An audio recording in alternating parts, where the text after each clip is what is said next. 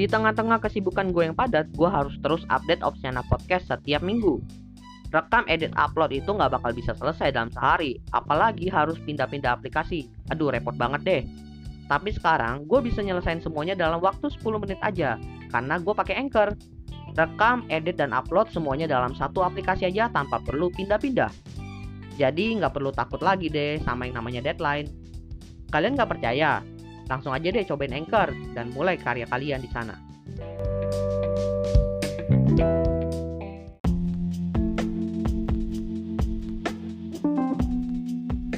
Quarter life crisis, krisis seperempat abad. Pas banget bulan kemarin itu, di bulan Juli 2022, gue baru ulang tahun ke umur gue yang 25. Dan belakangan ini ke belakang, gue ternyata kena juga nih quarter life crisis. Buat yang nggak tahu itu, quarter life crisis adalah sebuah fase di mana lu mempertanyakan jati diri lu kemana. Pokoknya itu adalah fase lu terombang-ambing, lu nggak tahu, nggak jelas lah. Pokoknya apa yang menjadi tujuan lu, apa yang membuat lu bahagia, sehingga hal itu membuat lu gelisah. Tapi untungnya buat gua ini nggak terlalu berat ya, karena posisi gue di sini sama, tetap mencari jati diri, tapi mungkin bukan ke mencari ya, lebih ke menentukan, karena gue udah mencari banyak referensi sebelum umur gue 25. Dan sebelum umur 25 gue udah menyelesaikan pendidikan gue udah punya pekerjaan, dan banyak hal udah gue laluin juga. Gue udah tahu apa hobi gue, bla bla bla bla. Nah, tinggal mana yang pengen gue jadikan prioritas untuk menjadi sebuah jati diri gue.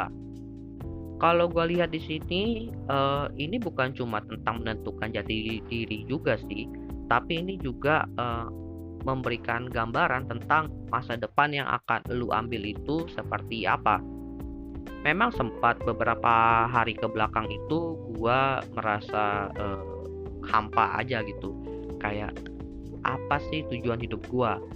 Apa sih yang membuat gue bahagia? Lalu dengan referensi-referensi yang udah gue kumpulkan, gue ngebuat list. Dan gue melihat apa aja yang sudah gue lakukan, apa aja yang udah gue capai, dan mana yang belum gue capai. Gue bahkan ngebuka beberapa yearly plan gue ya, kan gue setiap tahun itu bikin yearly plan dan priority. Dan menariknya ya, setelah gue melisting itu, gue melihat ada kecenderungan untuk mengerucut ke satu titik, sehingga gue bisa bilang, oh ternyata apa aja yang udah gue lakukan, pencapaian gue selama ini ngarahnya ke sini, dan align juga dengan yearly plan yang udah gue buat. Ternyata selama ini gue membuat yearly plan yang rata-rata tercapai itu yang ngarahnya ke sini-sini juga. So dari situ gue memutuskan untuk mengadjust yearly plan gue di tahun ini, dan mulai mencari referensi terkait arah tujuan yang pengen gue ambil nih ke depannya. Sebenarnya sih masih melisting sih kira-kira action plan-nya apa gitu, baru gue tuangkan ke dalam bentuk plan. Tapi ya kesan-kesan yang gue alami selama beberapa minggu ke belakang itu adalah memang gue merasa bimbang dan bingung gitu, hampa. Kira-kira gue hidup ini buat apa gitu, apa tujuan gue. Dan gue sempat ke ini wisuda temen gue, lalu gue ngelihat orang-orang kan vibe-nya happy banget tuh. Di situ gue merasa, wah ini udah lama nih gue nggak ngerasain happy. Gue sering ngerasain happy, tapi happy yang sangat wah seperti itu loh. Gue bahkan ngebayangin kapan terakhir kali gue sangat happy kayak mereka itu. Dan mungkin ini yang menjadi salah satu tujuan gue nantinya. Lalu gue juga memikirkan selama ini waktu gue itu gue pakai buat apa aja. Terlebih 3 tahun belakang selama pandemi ini ya, karena memang ada masalah yang membuat gue cukup berubah. Dan gue melihat apakah perubahan itu berdampak negatif atau positif ke hidup gue. Lalu yang paling parah sih, yang paling berasa itu memang gue kurang motivasi aja. Bahkan gue ngerasa gue kerja ini kayak jauh lebih pasif daripada sebelumnya. Bikin konten juga tidak sesemangat biasanya gitu. Itu pas 2-3 minggu belakang ya. Tapi sekarang kayaknya gue merasakan motivasi gue udah balik, karena gue udah tahu nih gue pengen ke arah mana. Mungkin dalam case gue ini, fase quarter life crisis ini memakan waktu tidak lama gitu untuk fase-fase yang gelisahnya.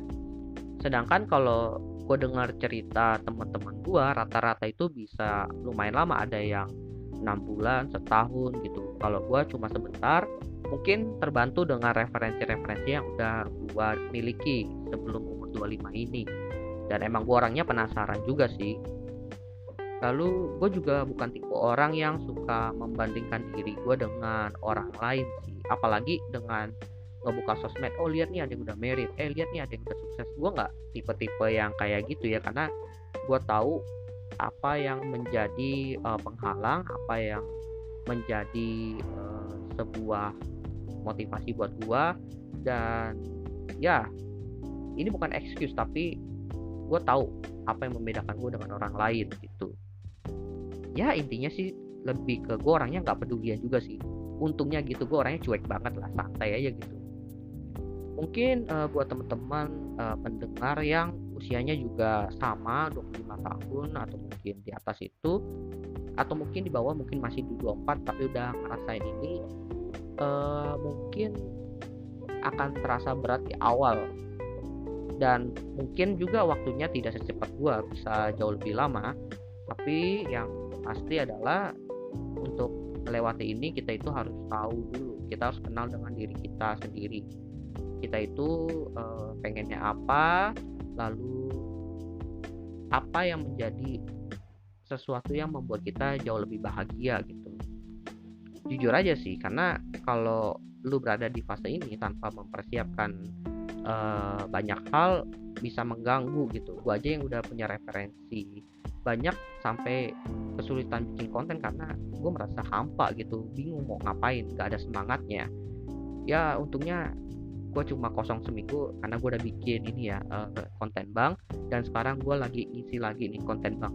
Ini emang agak rada kampret sih, tapi menurut gue worth it untuk dilalui, karena membuat gue dan mungkin buat teman-teman itu bisa berpikir ulang, melakukan introspeksi diri, dan menyiapkan masa depan kita itu seperti apa. Well, gue rasa itu aja sih yang pengen gue sharing kali ini. Mungkin agak berbeda nih topiknya dengan topik-topik yang lain, tapi karena ini maksudnya ke daily option, menurut gue sih oke-oke aja. Karena kan bisnis itu juga salah satu bagian tujuan hidup juga, bisa kan. Oke, gue rasa itu aja. Thank you buat teman-teman yang sudah mendengarkan. See you next time di episode selanjutnya.